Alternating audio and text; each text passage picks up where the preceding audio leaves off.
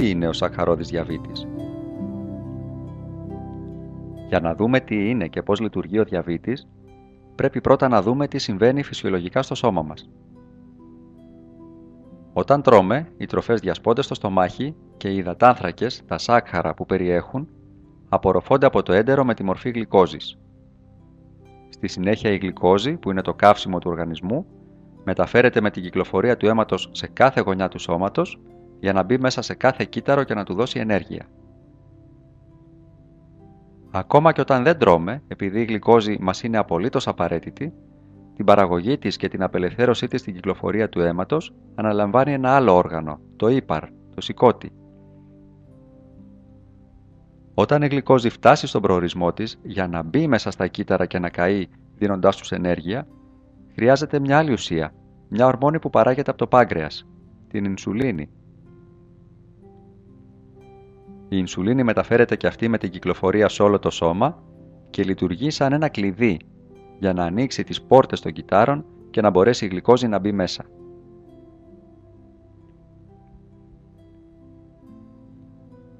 Ο σακχαρώδης διαβήτης είναι μια κατάσταση όπου υπάρχει απόλυτη ή σχετική έλλειψη ινσουλίνης. Στον τύπο 1, τον αυτοάνωσο ή παλιότερα νεανικό διαβήτη, το πάγκρεας καταστρέφεται πλήρως από αυτοαντισώματα, με αποτέλεσμα η ινσουλίνη να λείπει τελείως. Έτσι οι πόρτες των κυττάρων δεν ανοίγουν και η γλυκόζη παραμένει και συσσωρεύεται στην κυκλοφορία του αίματος.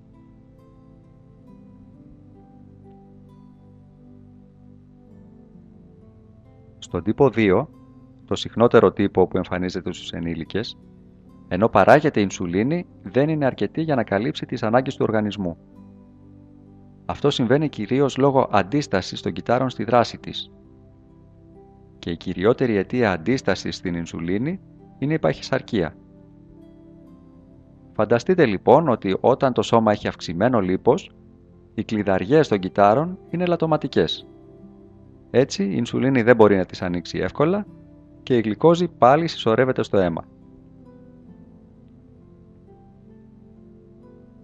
Το πρώτο που θα δούμε σε όλες αυτές τις περιπτώσεις λοιπόν είναι η αύξηση του σακχάρου στο αίμα. Για να το δούμε όμως αυτό πρέπει να το μετρήσουμε προληπτικά, αφού στις περισσότερες περιπτώσεις ο διαβήτης δεν έχει προειδοποιητικά συμπτώματα. Μόνο όταν το σάκχαρο είναι πολύ ψηλό αρχίζουν να εμφανίζονται συμπτώματα. Όταν λοιπόν το σάκχαρο είναι τόσο ψηλό που τα νεφρά δεν μπορούν να το συγκρατήσουν μέσα στο σώμα, μια ποσότητα σακχάρου αποβάλλεται με τα ούρα και παρασύρει και νερό, προκαλώντας το πιο συχνό σύμπτωμα, την πολυουρία.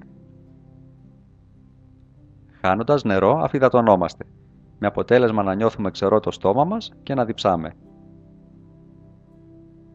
Επειδή όπως είδαμε η γλυκόζη δεν μπαίνει μέσα στα κύτταρα για να τους δώσει ενέργεια, σε ακραίες περιπτώσεις πολλά κύτταρα μαραζώνουν, με αποτέλεσμα να χάνουμε βάρος, παρόλο που μπορεί ο οργανισμός να προσπαθεί να το αντισταθμίσει, ζητώντας παραπάνω τροφή.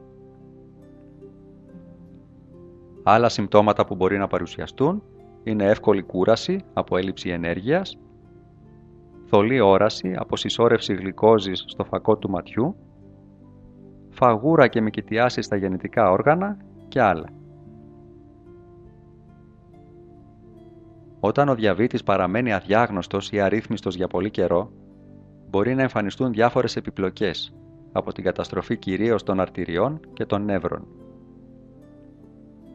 Η μικροαγγιοπάθεια προσβάλλει τις μικρές αρτηρίες των ματιών και των νεφρών, οδηγώντας σε τύφλωση και νεφρική ανεπάρκεια.